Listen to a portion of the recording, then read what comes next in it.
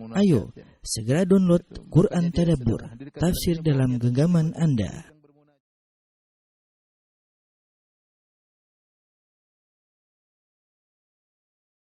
Assalamualaikum warahmatullahi wabarakatuh. Alhamdulillahi ala ihsanihi wa syukru lahu ala taufiqihi wa amtinanihi wa asyhadu an la ilaha illallah wahdahu la syarika lahu ta'ziman li sya'nihi wa asyhadu anna Muhammadan abduhu wa rasuluhu da'ila ridwani. Allahumma shalli alaihi wa ala alihi wa ashabihi wa ikhwani. Hadirin dan hadirat, para jamaah Majelis Ta'lim Qalbun Salim yang dirahmati Allah Subhanahu wa taala. Kita lanjutkan bahasan kita tentang pembahasan kitab bekal salat, dan kita pada bab kelima, yaitu bagian terakhir dari jilid pertama, ya, tentang salat-salat wajib, Setelah ini insyaallah pada pertemuan berikutnya kita akan bahas tentang salat-salat sunnah, ya, yang itu juga membutuhkan bahasan yang panjang lebar. Ya, tapi secara umum saya akan kasih gambaran, saya ingin menyampaikan secara sederhana. Ya, tentu permasalahan khilaf sangat panjang, tapi saya akan menyampaikan permasalahan secara sederhana agar ada gambaran bagi ikhwan dan akhwat sekalian. Nanti kalau ingin memperdalam silakan baca langsung di buku bekal salat, ya. Adapun salat-salat wajib,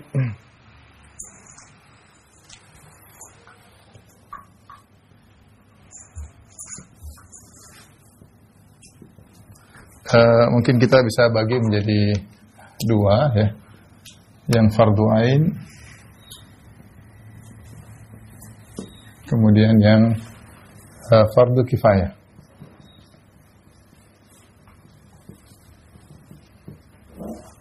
Fardu ain diantaranya, ya, adalah salat 5 waktu,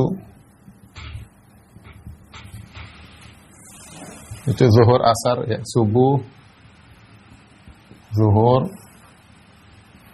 asar, maghrib, isya, ya. Kemudian diantaranya adalah salat Jumat, al-Jumat. Kemudian yang ketiga adalah kan salat Jumat kita salat al-khauf,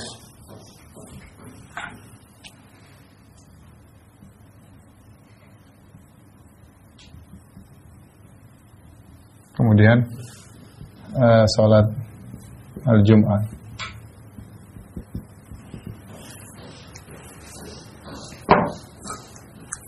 Adapun fardu kifayah yang akan kita bahas adalah salat jenazah. Baik, Majelis Ta'lim Qalbun Salim yang dirahmati Allah Subhanahu wa taala. Salat 5 waktu sudah kita bahas, ya, subuh, zuhur, asar, maghrib, isya, mengenai waktu-waktunya. Tentunya jumlah rakaatnya sudah sama kita ketahui. Subuh 2 rakaat, zuhur 4 rakaat, asar 4 rakaat, maghrib 3 rakaat, isya 4 rakaat. Kemudian untuk disunahkan dalam salat subuh, zuhur, asar, maghrib, isya, untuk zuhur, asar, maghrib, dan isya, maka 2 rakaat pertama dibaca surat, kemudian 2 rakaat berikutnya atau 1 rakaat berikutnya tidak perlu membaca surat setelah Al-Fatihah, cukup Al-Fatihah, ya. Adapun rakaat pertama, rakaat kedua kita membaca surat Al-Fatihah dan baca surat, ya, baca surat. Ya, kemudian di antara yang saya bahas dalam kitab bekal salat adalah masalah kunut subuh, karena dalam salat subuh ada pembahasan masalah kunut subuh. Masalah kunut subuh. Ya, kunut subuh. Baik, saya akan jelaskan, ya, mungkin di sini, ya. Kunut, ya. Permasalahan kunut ada 2. Ada namanya kunut nazilah, ada namanya kunut subuh. Kalau kunut nazilah, sepakat para ulama menyunahkannya, ya. Para ulama 4 mazhab menyunahkan kunut nazilah. Kunut nazilah. Ya, jika terjadi musibah. Nazilah maksudnya suatu kejadian, yaitu musibah. Nazilah itu maksudnya apa? Musibah. Ya, dan ini dikerjakan dalam sholat 5 waktu. Ya. Nazilah. Kemudian ini dikerjakan dalam sholat 5 waktu. Dikerjakan dalam sholat 5 waktu. Jadi zuhur juga. Ini kejadian waktu kalau di Arab Saudi sering ketika terjadi penyerangan kepada saudara-saudara kita di suatu negara. Kita di Madinah biasanya imam-imam pada kunut nazilah. Zuhur mereka kunut dan mereka mengeraskan doa. Begitu sholat zuhur yang harusnya sholat sirriyah tidak ada dikeraskan, tapi pada rakaat yang keempat habis rukuk kemudian doa. Demikian juga sholat asar, maghrib, isya, subuh, 5 waktu melaksanakan kunut nazilah. Cuma nanti ada khilaf bagaimana dengan wabah. Apakah wabah kita boleh kunut nazilah? Mazhab Syafi'i membolehkan, mazhab Hambali mengatakan tidak. Ya, karena yang dimaksud dengan kunut nazilah di sini adalah musibah, bukan bencana alam. Tetapi musibah yang berkaitan dengan peperangan, ada orang dibunuh, misalnya kaum muslimin diserang, ada terjadi, tapi tidak berkaitan dengan bencana alam. Ini ada khilaf secara perincian, tapi secara umum mereka sepakat ada namanya kunut nazilah, musibah. Kalau ada terjadi musibah, maka misalnya ada banyak kaum muslimin yang dizolimi, banyak yang dibunuh, banyak yang disiksa dan yang lainnya, maka boleh kunut nazilah dikerjakan dalam sholat 5 waktu. Ya, sebagian boleh, 5 waktu seluruhnya juga boleh. Pada rakaat terakhir setelah rukuk kemudian imam berdoa. Ya, ini tidak jadi masalah. Yang kita masalahkan adalah kunut subuh. Ini masalah khilaf yang besar, ya, khilaf, masalah khilafiyah. Kunut subuh bagaimana hukumnya? Maka secara umum kita bisa bagi menjadi 2, ya. Yang menyatakan tidak disyariatkan, tidak disyariatkan. Kemudian yang menyatakan disyariatkan.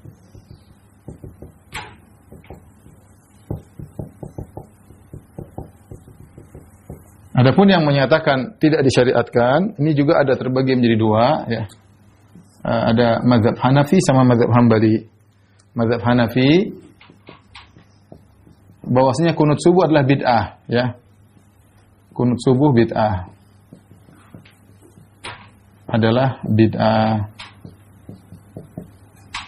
Adapun mazhab Hambali, ya, berdasarkan yang saya dapati dari riwayat-riwayat dari Imam Ahmad, dia mengatakan tidak disyariatkan, tidak disunnahkan. Tapi dia tidak mengatakan bid'ah, ya. Dia tidak disunnahkan, tapi Imam Ahmad mengatakan boleh seorang kunut subuh setiap hari dengan syarat dia mendoakan keselamatan bagi kaum muslimin dan kehancuran bagi orang-orang kafir. Karena Imam Ahmad mengatakan kalau setiap hari seorang kunut subuh mendoakan kaum muslimin yang terkena musibah, diserang oleh diintimidasi atau disiksa oleh orang-orang kafir, maka dibolehkan. Seakan-akan dibawa kepada hukum kunut nazilah.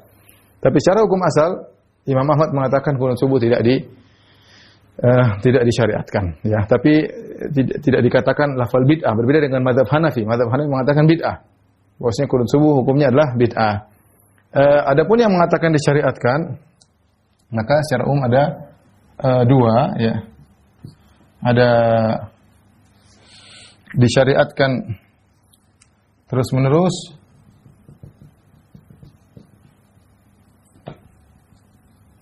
setiap hari,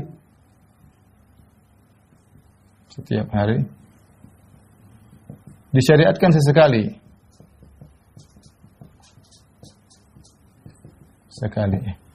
Yang menyatakan disyariatkan terus-menerus ini juga ada 2. Yang pertama adalah mazhab Syafi'i, kemudian mazhab Maliki. Mazhab Syafi'i mengatakan bahwasanya sunnah muakkadah. Sunnah muakkadah maksudnya sunnah yang sangat ditekankan, muakkadah. Muakkadah itu sunnah yang sangat ditekankan, hampir-hampir mendekati wajib. Ya, ini adalah mazhab Syafi'i. Makanya mazhab Syafi'i seperti di tanah air kita, ya, mereka selalu kunut subuh. Adapun mazhab Maliki tidak sampai muakkadah, hanya mengatakan sunnah. Sunnah ini mazhab Maliki. Mazhab Maliki. Nah, antara mazhab dan Syafi'i, mazhab Maliki ada perbedaan dalam praktek.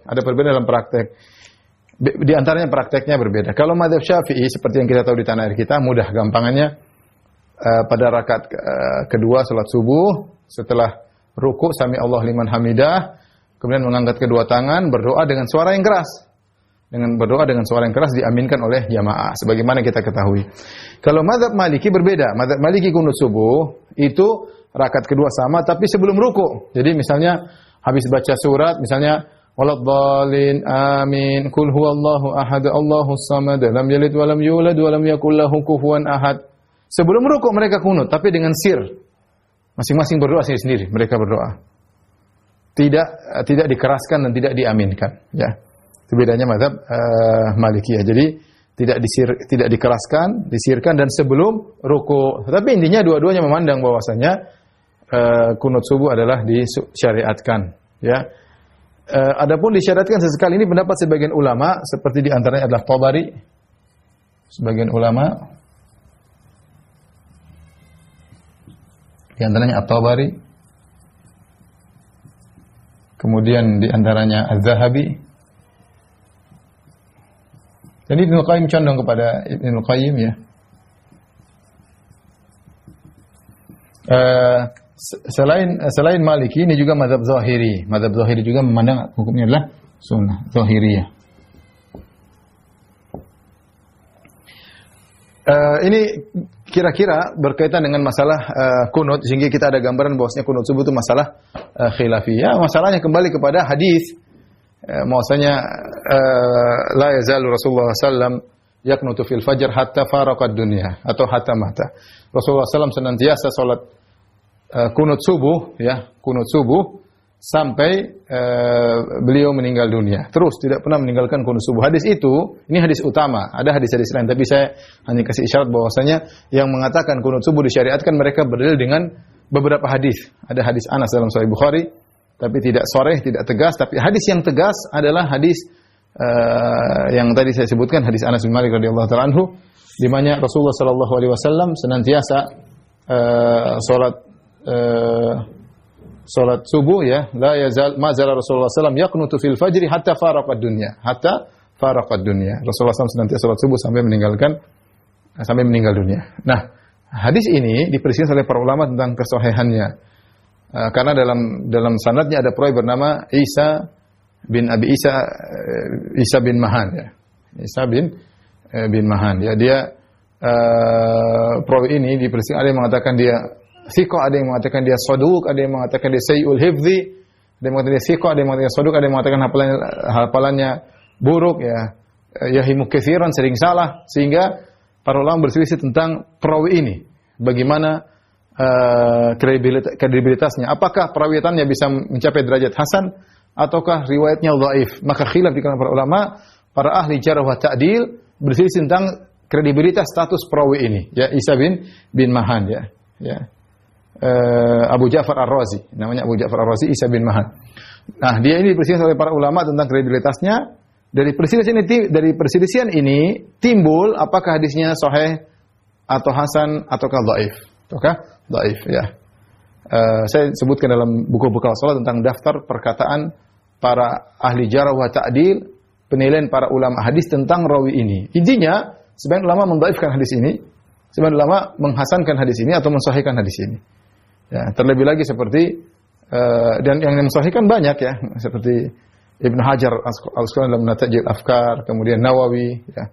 Kemudian juga di antaranya misalnya Abdurrahman bin Yahya Al-Muallimi, seorang ahli hadis dari Yaman, dia menyebutkan bahwasanya hadisnya saling menguatkan. Ada datang dalam jalur-jalur yang lain yang menguatkan hadis ini menjadi hadis yang kuat, ya. Menjadi hadis yang kuat. Wallahu a'lam bishawab, ya.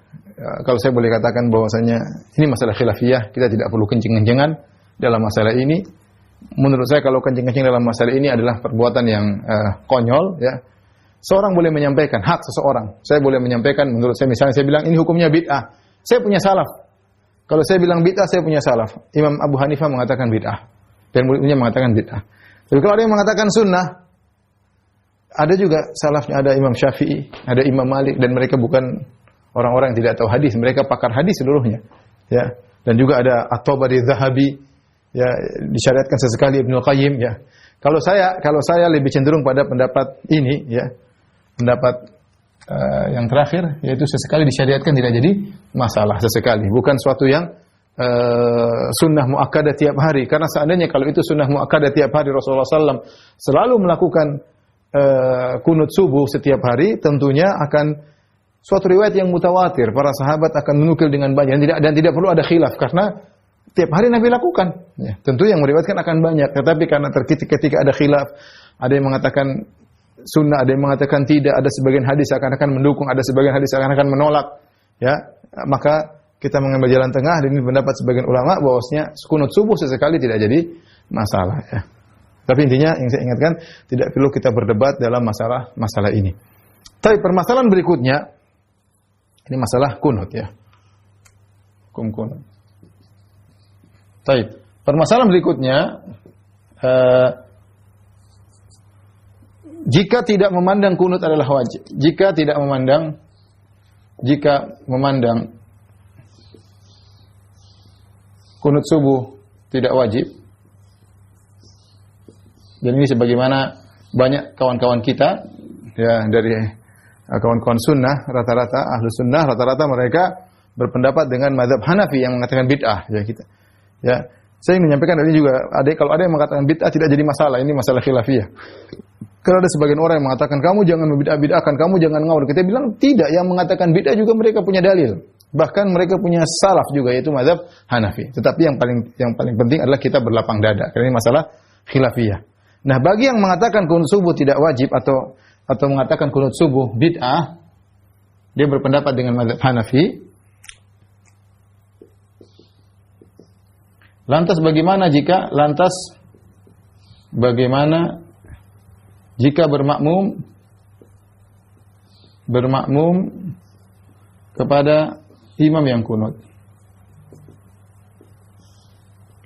Ini juga permasalahan sering ditanyakan. Masalah khilaf juga ya, masalah khilaf ya. Ada yang mengatakan disunahkan untuk ikut, ada yang mengatakan tidak disunahkan. Murid-murid mazhab Abu Hanifah saja yang mengatakan bid'ah pun dua pendapat. Ada yang mengatakan disunahkan untuk ikut dan ada yang mengatakan tidak disunahkan untuk ikut. Dua-duanya silahkan. Kalau ada teman kita ternyata imam kunut subuh dia tidak ikut kunut subuh, ya kita bilang silahkan, ini ada pendapat. Tapi saya lebih condong bahwasanya disunahkan. Dan itu fatwa dari Imam Ahmad bin Hanbal yang mengatakan kalau seorang sholat di belakang imam yang kunut subuh, hendaknya dia kunut subuh. Padahal Imam Ahmad mengatakan tidak disyariatkan. Ya. Dan itu fatwa Ibnu Taimiyah rahimahullah taala. Ibnu Taimiyah juga mengatakan kunut subuh tidak disyariatkan. Dan dia mengatakan kalau seorang berada salat di belakang imam yang kunut, maka dia ikut kunut. Dan ini juga fatwa Syekh Utsaimin rahimahullah taala. Mengatakan bahwasanya jika Anda tidak kunut lalu Anda salat di belakang orang yang kunut subuh, maka Anda ikut kunut subuh. Kenapa ikhwan dirahmati Allah Subhanahu wa taala? Karena ini masalah khilafiyah. Bukan mengikuti imam pada perkara yang disepakati. Contoh imamnya salat zuhur 5 rakaat, ya jangan ikut rakaat kelima, enggak boleh karena sepakat namanya salat zuhur cuma 4 rakaat. Tetapi ini masalah kunut subuh yang masalah khilafiyah, maka Nabi mengatakan innama ju'ilal imamu liyu'tamma bih. Sungguhnya imam dijadikan untuk diikuti. Termasuk di antaranya perkara-perkara ijtihadiyah, maka kita ngikutin imam, dan itulah fatwa Imam Ahmad bin Hanbal rahimahullahu taala, Imam Ibnu Taimiyah rahimahullah taala dan Syekh Utsaimin rahimahullah taala. Karena perkaranya bukan perkara yang sepele ya. Saya bahas panjang lebar di dalam buku bekal salat bahwasanya dua-dua punya dalil yang sangat kuat. Dua-dua punya dalil yang sangat kuat. Saya sendiri merajihkan bahwasanya kunut subuh disyariatkan sesekali, tidak terus-terusan. Wallahu a'lam bishawab. Baik, kita lanjutkan. Berikutnya yang fardhu ain adalah masalah salat khauf. Salat khauf. Salat khauf ini bukan salat baru, ya, ingat. Bukan salat baru. Atau salat tersendiri. Tetapi dia salat 5 waktu,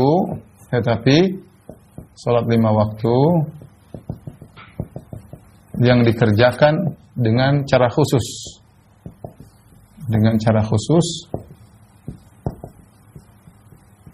Karena ada rasa takut, ada musuh. Misalnya akan diserang musuh.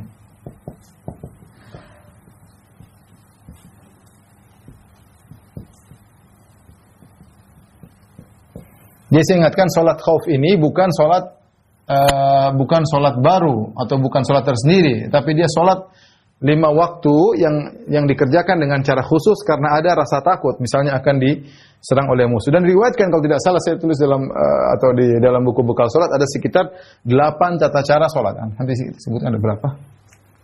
Coba kita bacakan ya.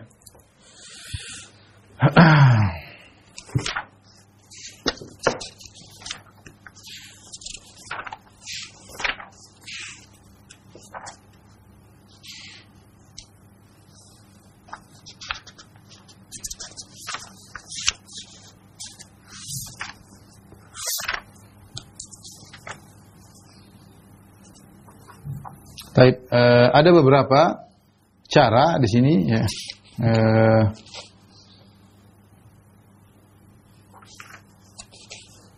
Cara pertama, cara kedua silakan lihat dari halaman 585 ya. 585 ya. Ada 6 cara ya melaksanakan tata cara salat khauf. Adapun disyariatkan salat khauf berdasarkan dalam surat An-Nisa ayat 102, lihat halaman 581. Allah Subhanahu wa taala berfirman, "Wa idza kunta fihim fa aqamta lahumus salat, faltakum ta'ifatun minhum ma'ak." Jika kamu berada di tengah-tengah mereka, yaitu sahabat-sahabat, lalu kamu hendak mendirikan salat bersama-sama mereka, maka hendaknya segolongan dari mereka beri salat bersertamu. Di antara tata cara salat khauf ketika musuh datang ya. Dan ini pertama kali terjadi di dalam perjanjian Hudaybiyah ya. Ketika Rasulullah sallallahu alaihi wasallam pergi hendak umrah ke kota Mekah, tahu dihadang oleh orang-orang Quraisy, di antaranya dihadang oleh Khalid bin Walid. Ini sudah saya jelaskan dalam kisah perjanjian Hudaybiyah, ada bahas tentang sirah nabawiyah. Khalid bin Walid melihat Nabi salat zuhur. Nabi salat zuhur masih salat biasa, salat seperti kita biasa, berjamaah, rukuk bareng-bareng, sujud bareng-bareng, kemudian sampai selesai. Akhirnya Khalid bin Walid mengatakan, atau orang-orang musyrikin ketika itu Khalid bin Walid masih musyrik, dia berkata kepada kawan-kawannya, ini adalah kaum Muhammad dan teman-teman ini lebih mencintai salat daripada apapun, daripada dunianya, daripada keluarganya, daripada diri mereka. Mereka sangat cinta kepada salat. Kita tunggu mereka salat asar, kita serang. Maksudnya Khalid bin Walid menunggu Rasulullah SAW, para sahabat ketika sujud bareng-bareng mereka akan serang. Ternyata ketika salat asar Allah menurunkan ayat tentang tata cara salat khauf. Ternyata kalau bahasa kita Khalid bin Walid kecele ya. Kecele, dia menyangka Rasulullah akan salat seperti cara biasa sehingga dia bisa serang. Ternyata Rasulullah SAW rubah cara salatnya. Di antara tata cara salat, 6 tata cara tersebut di antaranya yaitu para sahabat dibagi menjadi 2 barisan. Jadi 2 barisan. Rasulullah di depan imam. Ya, 2 barisan. Maka Rasulullah SAW salat bareng-bareng bersama mereka, ya. Kemudian kalau ruku bareng-bareng. Kemudian kalau tidak sami Allah liman hamidah juga semua. Kemudian ketika sujud maka rakaat saf depan yang sujud, saf belakang nunggu, ya, saf belakang nunggu, ya, saf belakang nunggu. Kemudian sampai duduk berdiri lagi, baru kemudian rakaat berdiri sampai berdiri, baru rakaat kedua belakang nyusul, sujud, kemudian menyelesaikan balik lagi sampai berdiri bareng. Ketika berdiri bareng pada rakaat kedua berpindah. Rakaat yang belakang maju ke depan, rakaat depan maju ke belakang. Ya, baru sama. Kemudian Rasulullah SAW salat ruku bareng-bareng, i'tidal bareng-bareng. Ketika sujud, yang di depan sujud, yang di belakang berdiri saja, pegang senjata, siap-siap. Kalau siapa tahu ada musuh menyerang. Sujud sampai Rasulullah SAW tasyahud akhir. Kemudian rakaat yang di depan salam selesai, maka rakaat yang belakang melanjutkan salatnya. Rasulullah nunggu sama mereka sampai sama-sama tasyahud akhir, baru kemudian salat bareng-bareng. Ketika itu Rasulullah SAW sedang musafir sehingga salat asarnya 2 rakaat. Salat asarnya 2 rakaat. Jadi intinya ini diantara ini salat yang tidak seperti biasanya dalam rangka untuk menjaga keamanan, sehingga ketika rakaat yang di depan sujud, rakaat yang di belakang tidak, tetap berdiri memegang senjata, bersiaga, jangan sampai tiba-tiba ada musuh yang datang. Ini diantara salah satu tata cara salat khauf. Tata cara salat khauf. Kalau ternyata kondisi sudah parah, ya, sehingga tidak bisa dilakukan dengan cara tadi yang disebutkan, maka seorang kemudian salat sendiri-sendiri yang sebisa mungkin. Seorang akhirnya sholat sendiri-sendiri sebisa mungkin. Apakah dengan hanya memberi isyarat sambil berjalan, sambil berlari, fa in khiftum farijalan aw rukbana. Kata Allah Subhanahu wa taala, jika kalian dalam kondisi ketakutan maka salatlah dalam kondisi berjalan kaki atau naik kendaraan, ya. Dan ini boleh. Ya, kalau tidak mungkin kita mau salat sementara sudah datang senjata, sudah datang bom, sudah terpencar. Ketika terpencar salat sendiri-sendiri. Sambil berjalan, semuanya dengan isyarat. Tetap sholat, subhanallah, agungnya sholat ya. Sampai dalam satu kisah tatkala seorang sahabat ingin bunuh seorang kafir, maka sahabat tersebut berjalan menuju dia sambil sholat asar, gitu sholat asar. Dia sholat asar sambil berjalan dengan pelan-pelan, semuanya dengan isyarat kepala sedikit, rukuknya sujud, jangan pelan-pelan sampai kepada musuh baru kemudian dia lawan musuh tersebut. Tetapi dia sholat sambil berjalan menuju ke arah musuh dan ini diperbolehkan, ini namanya sholat khauf, Dan ini terkadang dialami oleh sebagian kaum muslimin ya, ketika mereka dalam kondisi perang, misalnya seorang sedang naik pesawat tempur dan dia harus konsentrasi dalam permusuh, dia tidak mungkin kemudian melaksanakan sholat sebagaimana yang semestinya, maka dia sholatnya tinggal sambil isyarat, sambil konsentrasi melawan musuh. Misalnya, ini disebut dengan sholat khauf. Dan saya katakan tadi ada sekitar 6 cara, ya, ada 6 cara yang Rasulullah SAW ajarkan, dengan cara apapun boleh dikerjakan. Baik. Ikhwan dan akhwat, jamaah majelis taklim Qalbun Salim, kita lanjutkan pembahasan berikutnya tentang salat Jumat. Di antara salat fardu ain adalah salat Jumat ya.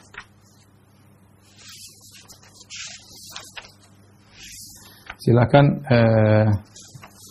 dibuka pada halaman 554. Salat Jumat disyariatkan berdasarkan firman Allah Subhanahu wa taala dalam surat Al-Jumu'ah ayat 9. Ya ayyuhalladzina amanu idza nudiya lis-salati min yaumil jumu'ati fas'au ila dzikrillahi wa dzarul bai'. Wahai orang yang beriman, jika telah diserukan, dikumandangkan azan untuk salat Jumat pada hari Jumat, maka fas'au, maka bersegeralah kalian, ya. Bersegeralah kalian ila dzikrillah, untuk mengingat Allah. Zikrullah di sini banyak menafsirkan dengan khutbah. Itu segeralah mendengarkan khutbah Jumat. Wa dzarul bai', dan tinggalkanlah jual beli. Demikian juga Nabi SAW bersabda, al-jum'atu haqqun wajibun ala kulli muslim fi jamaah. Jumat itu hak yang wajib bagi setiap muslim untuk dalam salat berjamaah. Illa arba'atan, kecuali tidak wajib bagi 4 orang. Abdun mamlukun, hamba sahaya. Aw imra'atun, pada wanita tidak wajib. Aw sabiyun, pada anak kecil tidak wajib. Aw maridun, atau orang yang sedang sakit. Bahkan seorang yang tidak salat Jumat, ya, maka akan diancam oleh Allah Subhanahu wa taala, akan dicatat sebagai orang-orang yang lalai. Kata Nabi sallallahu alaihi wasallam, la yantahiyanna aqwamun an wad'ihimul jumu'at.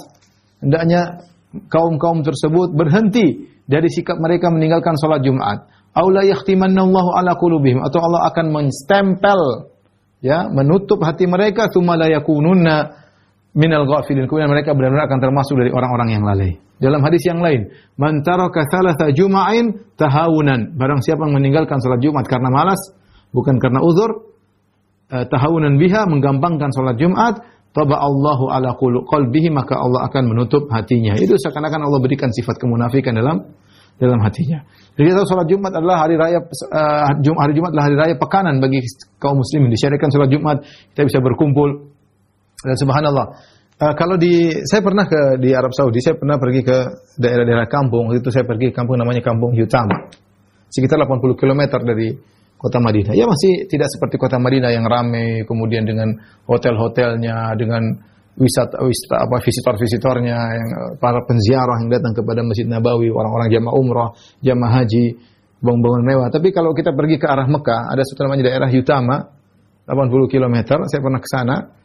Saya menemani seseorang, dia ingin khutbah Jumat di sana, dan saya ada pertemuan dengan, ada kajian buat TKW waktu itu.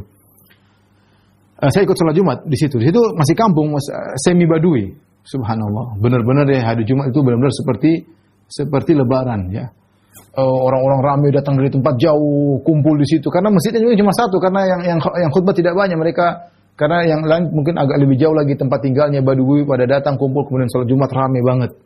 Kemudian orang jualan di sana sini, kemudian ramai begitu selesai, ramai banget ya.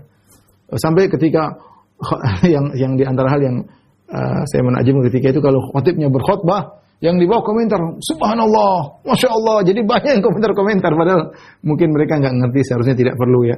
Tapi benar-benar suasana seperti lebaran ya, ketika itu ya. Tapi kalau kita di tanah air seperti hari biasa. Sama kalau kita sholat Jumat di Masjid Nabawi juga seperti lebaran, ramai banget. Dan ini disunahkan atau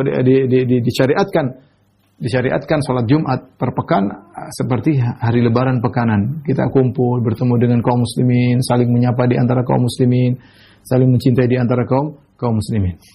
Jadi kita tahu sholat Jumat disyariatkan dan dia adalah sholat tersendiri. Dia mirip dengan sholat zuhur tapi berbeda dengan sholat zuhur ya. Mirip dengan sholat zuhur. Sholat Jumat wajib bagi lelaki mukallaf, tidak ada uzur ya. Kemudian dia bermukim suatu tempat, dia bermukim, itu yang wajib ya. Musafir tidak wajib sholat Jumat. Siapa yang tidak wajib sholat Jumat? Perhatikan, musafir tidak wajib sholat Jumat. Kita bersafar misalnya, ya bersafar kemudian ada Jumatan, tidak wajib. Tapi kalau dia sholat Jumat sah. Kalau dia sholat Jumat sah. Kalau dia tidak sholat Jumat dia ganti dengan sholat duhur. Tetapi dia tidak wajib. Kenapa? Status dia adalah musafir, tidak wajib untuk sholat Jumat. Dan ini adalah perkataan Ibnul Munzir bahwasanya ijma ulama bahwasanya musafir tidak wajib sholat Jumat. Ya. Oleh karena antum misalnya bersafar ke suatu daerah, ada keperluan ke Bandung atau misalnya saya lagi di Jogja, lagi ke Jogja, kemudian ada kesibukan, ada kumandang sholat Jumat, tidak wajib sholat Jumat. Kalau ingin sholat silakan, tapi tidak dikatakan wajib. Kalau tidak sholat Jumat maka ada keperluan, kita buru-buru, kita mau jamaah sholat, silakan sholat duhur asar, nggak ada masalah. Kemudian yang kedua, yang tidak wajib sholat Jumat adalah wanita. Wanita juga tidak sholat Jumat. Tadi telah disebutkan Jumat itu wajib ya kecuali kepada 4 orang. Abdun mamlukun yaitu hamba sahaya, kemudian awimro'atun wanita, au sabiyun anak masih kecil, au maridun atau orang sakit. Ya, maka para ulama sepakat ijma bahwasanya wanita tidak wajib untuk sholat Jumat. Wanita tidak wajib untuk berkumpul di itu perkumpulan para lelaki. Ya, maka wanita tidak wajib sholat Jumat. Tetapi kalau dia sholat Jumat, maka hukumnya sah. Tidak perlu dia sholat zuhur lagi. Kalau dia sholat Jumat, maka hukumnya sah dan tidak perlu dia sholat zuhur lagi. Ya. Kemudian juga yang tidak wajib sholat Jumat lah budak. Hamba cahaya. Hamba saya di zaman sekarang sudah nggak ada. Kenapa tidak wajib sholat Jumat? Karena dia sibuk untuk berkhidmah melayani tuannya. Di antaranya yang tidak wajib sholat Jumat anak kecil, belum balik. Ya, belum balik atau tidak orang gila ya, itu tidak wajib sholat tidak wajib apalagi sholat Jumat. Demikian juga orang yang sakit tidak wajib untuk sholat Jumat. Baik, kemudian perlu dibahas juga tentang syarat-syarat sholat Jumat. Syarat-syarat sholat Jumat, syarat khusus sholat Jumat apa? Syarat khusus sholat Jumat pertama adalah waktunya adalah ketika sholat zuhur. Kemudian syarat kedua dalam kondisi berjamaah, ya. Kemudian ketiga tidak mengerjakan sholat Jumat dalam sebuah kota lebih dari satu masjid kecuali ada kebutuhan. Masjidnya kecil sehingga butuh beberapa masjid, ya. Adapun kalau ada masjid besar maka semua orang kumpul di situ sebisa mungkin. Kemudian yang berikutnya dimulai dengan 2 khutbah, ya, karena Allah mengatakan fas'au ila dzikrillah, bersegeralah kalian menuju zikrullah. Zikrullah di sini banyak menafsirkan adalah dengan khutbah,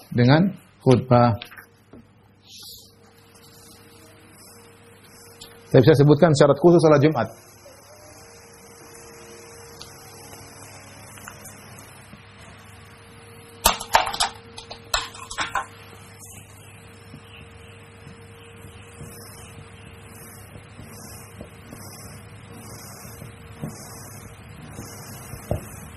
Di antaranya masuk waktu,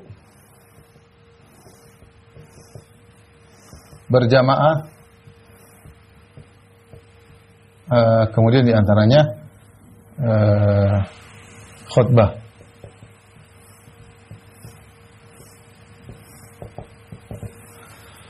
Adapun masuk waktu, maka di sini ada khilaf.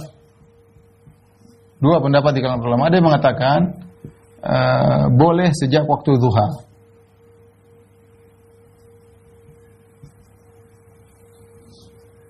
Jadi sebagian ulama berpendapat sholat Jumat boleh dikerjakan jam 10. Jam 10 sholat Jumat boleh. Ini pendapat, kita bilang dia punya dalil juga ya. Ya, ini mungkin sangat penting, mungkin seperti orang-orang di luar negeri yang ditinggal di negara-negara kafir. Mereka mungkin kalau bikin Jumatan pas waktu zuhur mungkin repot. Mereka bisa majukan jam 8, jam 7 boleh sholat Jumat. Tapi ini pendapat sebagian ulama. Jumhur ulama mayoritas waktu sholat Jumat adalah waktu zuhur. Adalah waktu zuhur.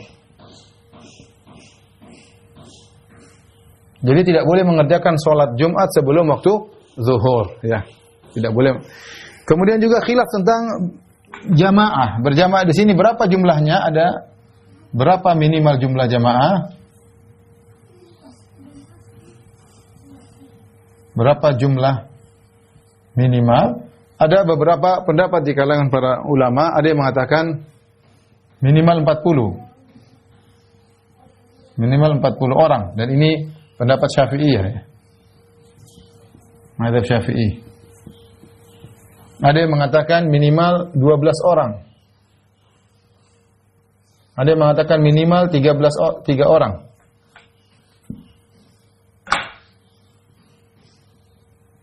Ada yang mengatakan minimal 2 orang.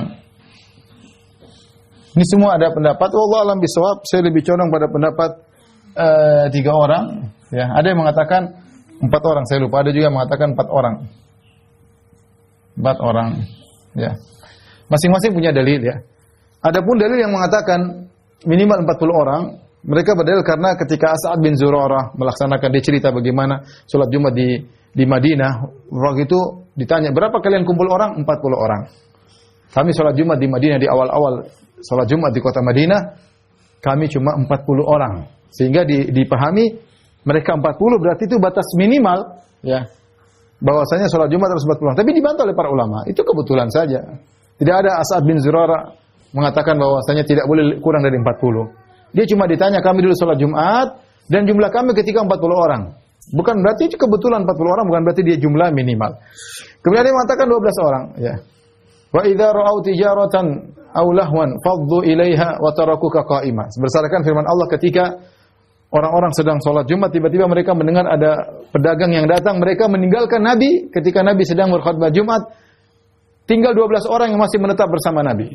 Kata mereka berarti minimal 12 orang. Hadisnya demikian, tapi kita bilang itu pun hanya sekedar kebetulan. Ya. Kalau kebetulan yang tinggal cuma 3 orang, ya tetap saja mungkin sah. Kalau kemudian tinggal 4 orang, mungkin sah. Adapun mereka pergi semua jamaah meninggalkan Nabi, tinggal 12 orang, itu kebetulan. Tidak menunjukkan bahwasanya kurang daripada itu tidak sah salat Jumat.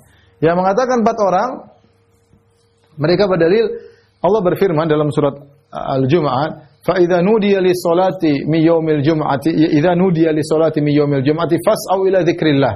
Wahai orang-orang yang beriman, jika diserukan kumandang untuk salat Jumat, fas'au ila dzikrillah, maka bersegeralah kalian menuju khutbah Jumat. Kata mereka, azan 1 orang, yang berkhutbah 1 orang, yang berjalan menuju jamak minimal 2 orang. Sehingga kita totalkan 4 orang.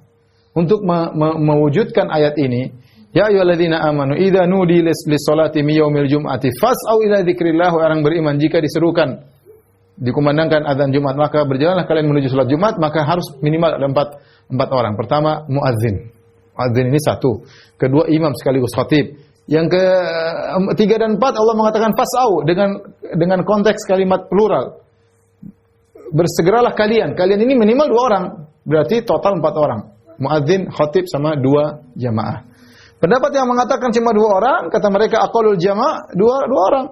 Jamaat sah dengan 2 orang, dan hukum asalnya, saya sekarang kalau salat asar, saya salat imam dan makmum berdua. Apakah saya dikatakan salat berjamaah? Jawabannya iya. Kalau begitu hukum asal, salat berjamaah 2 orang sudah sah. Salat berjamaah 2 orang sudah sah. Ya, kalau salat duhur 2 orang disebut salat jamaah, salat asar 2 orang disebut jamaah, dan salat 5 waktu 2 orang disebut jamaah. Demikian juga salat Jumat dikiaskan dengan salat 5 waktu. Yang mengatakan 3 orang, ini dirajihkan oleh Ibn Taimiyah rahimahullah taala, dirajihkan oleh Syekh Utsaimin rahimahullah taala, 3 orang minimal, karena tadi ada fas'au ila dzikrillah, jalanlah kalian menuju Zikrullah itu khatib. Jadi khatib sekaligus imam dan 2 orang yang mendengar. Jadi minimal 3 orang. Wallahu a'lam bishawab. Ini semua punya dalil, tapi saya katakan saya lebih condong 2 orang atau 3 orang, ya ini yang penting sudah sah dikatakan sholat Jumat. Ini penting ketika kita berbicara tentang sebagian saudara-saudara kita yang mungkin dia kerja di luar negeri dan dia beriqamah di sana. Kalau dia iqamah berdomisili, berarti dia terkena kewajiban sholat Jumat. Tapi kenyataannya kemudian ternyata dia di kantor cuma berdua atau bertiga saja yang Islam, yang lain semua kufar, non Muslim. Apakah mereka sholat Jumat? Menurut bagi pendapat yang mengatakan minimal 40 orang, maka sholat Jumat mereka tidak bisa dikerjakan karena mereka cuma 3 orang. Bagi yang mengatakan 12 orang juga tidak bisa, yang mengatakan 4 orang juga tidak bisa. Tapi yang mengatakan minimal 3 orang sah. Maka mereka harus mengerjakan sholat Jumat suatu ruangan tertentu.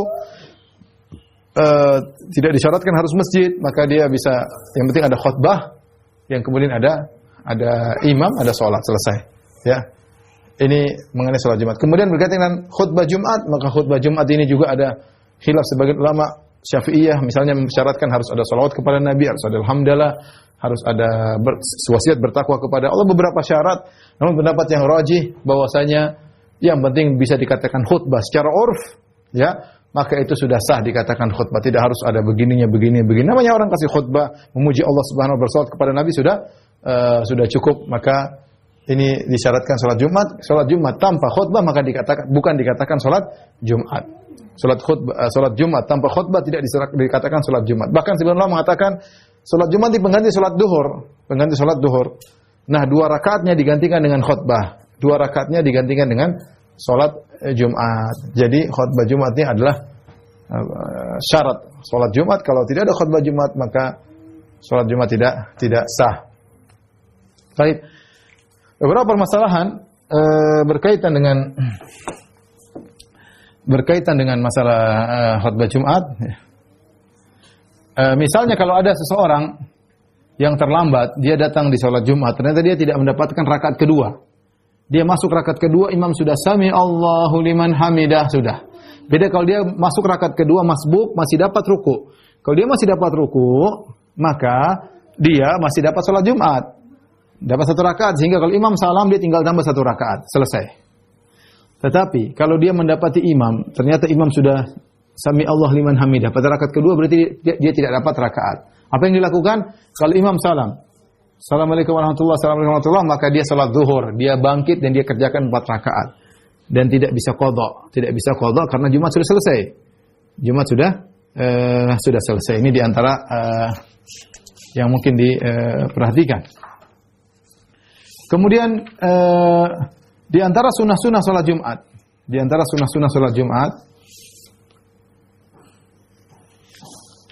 di antaranya seorang ketika menuju salat Jumat pakai baju yang bagus. Ya, Rasulullah SAW pakai baju yang indah ketika salat Jumat. Dia khususkan ada bajunya yang bagus. Kalau bajunya semua bagus ya oke lah. Tapi kalau ada yang terbagus di antaranya dia pakai untuk salat Jumat. Ya.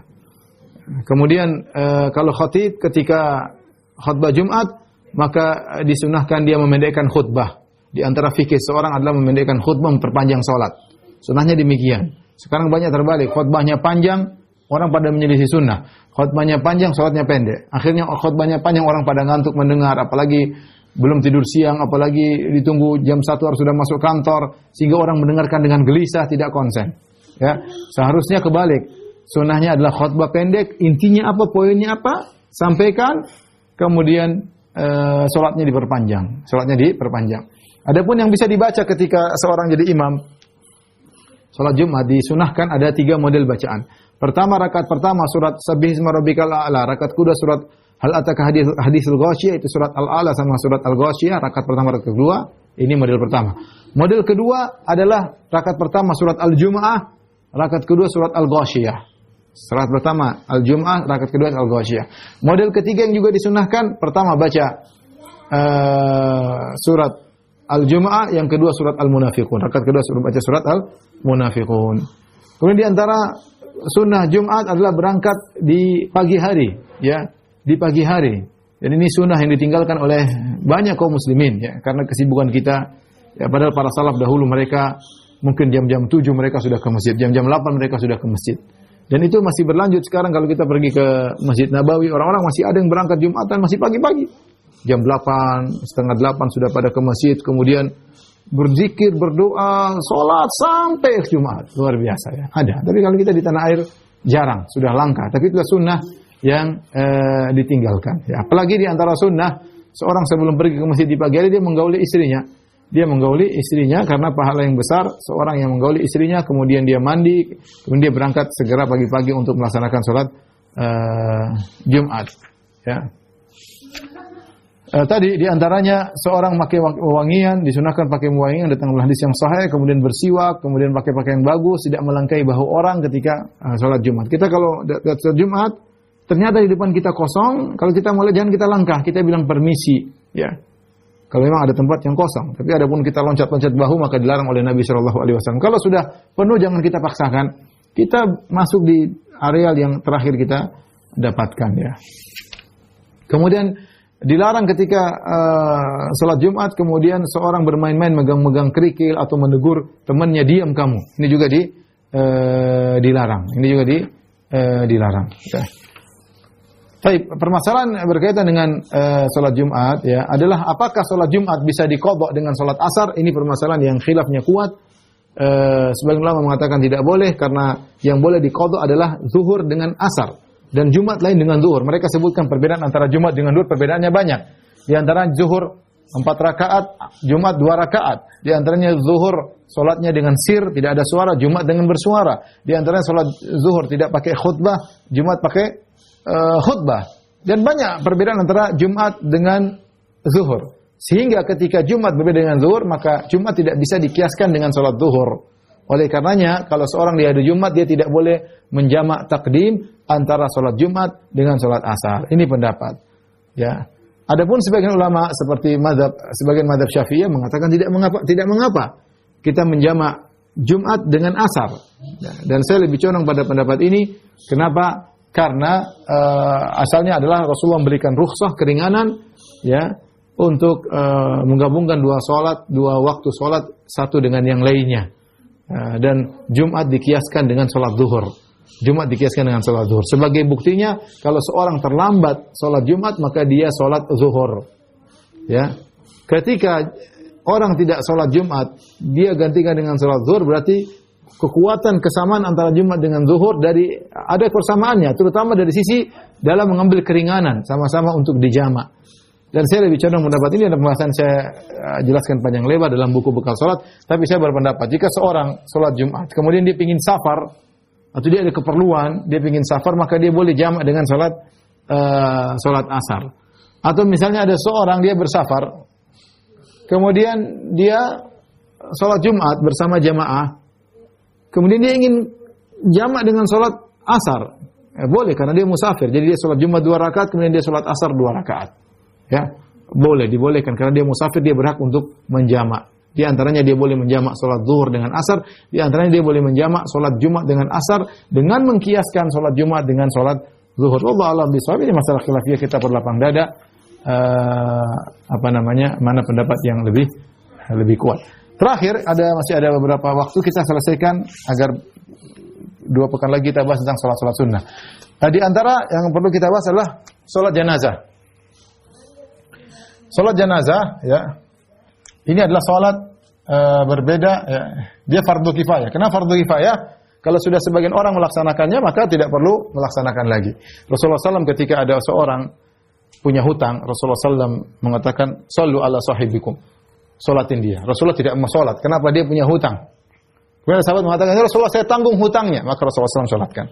Ini dalil bahwasanya meskipun Rasulullah SAW tidak mau salatin dia, tapi Rasulullah SAW suruh sahabat lain menyolatkan, menunjukkan bahwasanya solat jenazah itu fardu kifayah. Karena Rasulullah SAW tidak mau solat, Rasulullah SAW suruh orang lain untuk solat. Maka hukumnya fardu kifayah. Hukumnya fardu kifayah. Jika sebagian orang sudah solat, maka sudah sah. Beda antara solat jenazah dengan yang lain. Solat jenazah tanpa dia tanpa ruku dan sujud. Tanpa ruku dan sujud. Ini perbedaan mendasar. Ya, bedanya pertama tanpa ruku, tanpa sujud. Yang kedua, pembacaan surat Al-Fatihah ada khilaf tentang rukun atau bukan. Rukun atau bukan, rukun atau hanya sunnah. Rukun atau hanya sunnah. Ya. Sebagian ulama mengatakan sunnah. Sebagian sahabat sholat tanpa baca Al-Fatihah. Ya. Sehingga mereka mengatakan, kenapa dikatakan kalau semua sholat namanya Al-Fatihah rukun, kalau tidak baca Al-Fatihah tidak sah. Sebagian ulama mengatakan Al-Fatihah tidak rukun. Kenapa? Karena tujuan dari sholat jenazah ini tujuan adalah doa. Tujuannya adalah doa. Tujuannya doa. Tujuannya adalah doa. Adapun tata cara pelaksanaannya mudah, seorang takbir, Allahu Akbar, baca, tidak usah baca doa istiftah. Tidak usah baca doa istiftah. Ya, langsung auzubillahi minasyaitonirrajim. Bismillahirrahmanirrahim, baca Al-Fatihah. Alhamdulillahirrahmanirrahim, maliki yaumiddin, iyyaka na'budu wa iyyaka nasta'in, shiratal mustaqim, shiratal ladzina an'amta 'alaihim ghairil maghdubi 'alaihim waladdallin. Amin. Dengan sir, tidak usah dijahar ya, kecuali dalam rangka untuk mengajari. Tapi hukum asalnya dengan sir. Kemudian takbir lagi kedua, Allahu Akbar, bersolawat. Allahumma shalli ala Muhammad wa ala salat Allah sallallahu alaihi wasallam juga boleh, tapi paling bagus kita bersalawat Ibrahimiyah. Allahumma shalli ala Muhammad wa ala ali Muhammad kama shallaita ala Ibrahim wa ala Ibrahim innaka Hamidum Majid. Wa barik ala Muhammad wa ala ali Muhammad kama barakta ala Ibrahim wa ala Ibrahim innaka Hamidum Majid. Kita bertakbir Allahu Akbar. Nah, kita berdoa di sini rakaat ketiga, takbir ketiga. Allahumma ighfir li hayyina wa mayyitina. Kemudian dan seterusnya. Allahumma ighfir lahu warhamhu. Ada banyak doa yang Rasulullah ajarkan. Hukum membaca doa-doa ini pada takbir yang ketiga, lafal doanya bebas, ya. Lafal doanya bebas. Kalau seorang tidak menghafal lafal yang diajarkan oleh Nabi, boleh dia doa sendiri. Dia cukup Allah Rabbi ighfir lahu warhamhu, Rabbi ighfir lahu warhamhu, boleh. Warhamhu Allah ighfir lahu warhamhu, boleh. Tapi kalau dia bisa menghafal doa yang diajarkan oleh Nabi, itu lebih baik. Karena saya khawatir sebagian orang akan ikut sholat berjamaah, dia bingung, dia tidak hafal karena doanya panjang-panjang. Apa yang dilakukan? Ya sudah, dia cukup mengatakan Allah ampuni dia, Allah rahmati dia, Allah masukkan surga, boleh. Dia pakai bahasa Allah maghfir lahu warhamhu, Allah maghfir lahu, Allah udkhilhu jannatak. Boleh, bebas. Hukum asalnya bebas, tetapi yang terbaik adalah dengan doa sunnah-sunnah Nabi sallallahu alaihi wasallam. Kemudian setelah dia berdoa, rakaat takbir keempat Allahu Akbar. Di sini ada khilaf, apakah takbir keempat dia boleh doa atau tidak? Ya, sebenarnya mengatakan diam, kemudian assalamualaikum warahmatullah. Sebenarnya mengatakan tidak ada diam. Salat hukum asalnya tidak ada diam. Ketika dia takbir keempat, dia boleh berdoa, tapi tidak sepanjang takbir ketiga. Doa sebentar, Allah maghfir lahu, kemudian assalamualaikum warahmatullahi wabarakatuh. Selesai. Nah, salam ini juga ada khilaf. Ada yang mengatakan dua salam seperti mazhab Syafi'i di Indonesia, yang rajih lebih kuat bahwasanya cuma sekali. Assalamualaikum warahmatullahi wabarakatuh, semuanya dijelaskan oleh Imam Ahmad bin Hanbal dan yang lainnya. Kenapa? Karena diriwayatkan dari 6 sahabat semuanya cuma salam sekali. Assalamualaikum warahmatullahi. Tidak diselisih oleh Ibrahim, kecuali oleh Ibrahim An-Nakhai, dia salam 2 kali, dia tabi'in. Oleh karenanya dua-duanya boleh ya. Tapi kita bilang mana lebih afdal? Yang lebih afdal adalah salam sekali karena diriwayatkan dari 6 sahabat semuanya ketika salam dari salat jenazah cuma sekali. Assalamualaikum warahmatullahi. Ya, tidak perlu dua kali. Tapi kalau ada yang salam 2 kali, mazhab Syafi'i tidak jadi masalah, dikiaskan dengan salat-salat yang lain. Baik. Pertanyaan berikutnya, Ustaz, kalau saya masbuk, ketinggalan takbir, saya masuk takbir ketiga, Allahu Akbar, orang langsung doa. Apa yang saya lakukan? Maka ada 2 pendapat di kalangan para ulama. Ada yang mengatakan setiap takbir itu seperti rakaat. Jadi ketika Anda masuk takbir ketiga, ya Anda baca Al-Fatihah. Kemudian imam takbir keempat, Anda baca sholawat. Kemudian imam assalamualaikum, Anda takbir ketiga cepat-cepat, Rabbi ghfirli warhamhu, Allahu Akbar, Rabbi ghfirli, karena jenazahnya mau diangkat. Jenazahnya mau diangkat. Ini pendapat yang mengatakan bahwasanya setiap takbir mewakili rakaat. Jadi kalau kita masuk rakaat ketiga, kita baca Al-Fatihah. Rakaat keempat kita bersolat kepada Nabi. Imam salam, kita takbir ketiga kita baca dengan cepat. Takbir keempat baca dengan cepat, baru kita assalamualaikum, assalamualaikum. Pendapat yang lain, pendapat lebih kuat, wallahu a'lam bishawab. Kalau kita masuk rakaat takbir ketiga langsung kita doain aja. Doain mayat. Kemudian takbir keempat kita doain lagi. Kemudian kalau imam salam, kita boleh salam. Kita cuma cukup 2 takbir. Kenapa? Karena ini adalah hukum asalnya doa. Tidak wajib kita tambah takbir ketiga, keempat. Ya sudah, kita dapat takbir 3, doain aja langsung. Karena salat jenazah hukumnya adalah, hukum asalnya adalah doa. Kalau kita mau tambah, ya kita berarti takbir ketiga Al-Fatihah, takbir keempat, salawat kepada Nabi, meskipun jamaah sudah buyar, meskipun jamaah mayat sudah diangkat. Kenapa? Karena kita sudah doain dia. Wallahu a'lam bishawab. Ini masalah khilaf tentang masalah sholat jenazah. Ya, ada masalah yang lain yang saya tulis juga, misalnya seorang lupa jumlah jamaahnya berapa, kemudian bagaimana kalau jamaahnya lupa ini laki-laki atau perempuan. Ya, ini saya bahas nanti bisa dibaca sendiri. Demikian juga bagaimana kalau imam di jenazahnya laki-laki atau perempuan, imam posisinya di mana? Ini sudah saya bahas di bekal sholat. Demikian juga datang dalam hadis Rasulullah SAW pernah bertakbir sampai 9 kali. Bertakbir sampai 9 kali. Ya. Jadi minimal 4 kali. Allahu Akbar, Al-Fatihah, Allahu Akbar, Sholawat, Allahu Akbar, doa, Allahu Akbar 4 lagi doa, Assalamualaikum warahmatullahi wabarakatuh. Ini minimal. Tambah lagi 5, 6, 7, 8, 9 sampai berdoa terus boleh. Datang dalam riwayat sampai 9 takbir. 9 takbir. Ustaz, boleh enggak kita sholat jenazah di kuburan? Hukum asal sholat di kuburan haram. Ya, sebagian ulama mengatakan haram sholat apapun termasuk sholat jenazah, haram. Tapi yang benar untuk sholat jenazah boleh sholat di kuburan. Kenapa? Karena dalam sholat jenazah tidak ada ruku, tidak ada sujud, dan fungsinya mendoakan mayat. Berbeda dengan kalau kita sholat seperti biasa, ada ruku seakan-akan kita mengagumi si mayat. Kita apalagi sujud seakan-akan sujud kepada si mayat, maka tidak diperbolehkan. Lain halnya sholat jenazah, kita boleh sholat di kuburan. Oleh karena Nabi SAW ketika ada seorang wanita tukang bersih-bersih masjid meninggal dunia, Rasulullah SAW tidak dikabari. Kata Rasulullah, "Ala adzantumuni, kenapa kalian tidak kabarkan kepadaku?" Akhirnya Rasulullah SAW pergi ke kuburannya, Rasulullah SAW sholat di situ. Rasulullah sholat di situ. Tidak mengapa misalnya seorang, saya katakan seorang, dia di luar negeri, tahu-tahu orang tuanya meninggal dunia. Segera dikuburin, nunggu dia lama, 3 hari 4 hari baru datang. Ketika dia datang ke luar negeri, dia tinggal pergi ke kuburan bapaknya, kuburan ibunya, kemudian dia sholat menghadap kiblat, dia sholatin sholat jenazah dan boleh. Contoh seperti sekarang, ada saudara-saudara kita yang dikuburkan dengan jenazah protokol jenazah COVID, sehingga tidak semua orang bisa menyolatkan. Hanya sholat cuma beberapa orang, kemudian dikuburkan selesai. Kita nanti kalau COVID sudah selesai, kita boleh datang ke kuburannya. Karena tidak sempat kita sholat jenazah, kita datang ke kuburannya sholat jenazah. Allahumma. Semua teman-teman dekat kita ada yang tidak bisa kita sholatkan sekarang, kita boleh datang ke kuburannya, kita sholatkan, tidak jadi masalah meskipun terlambat ada jeda waktu. Wallahu a'lam bishawab. Ini hal-hal yang singkat yang bisa saya sampaikan. Tentunya panjang lebarnya bisa antum baca sekalian dalam buku bekal salat. Insyaallah pada pertemuan berikutnya kita masuk pada salat-salat sunnah, yaitu jilid kedua dari buku bekal salat.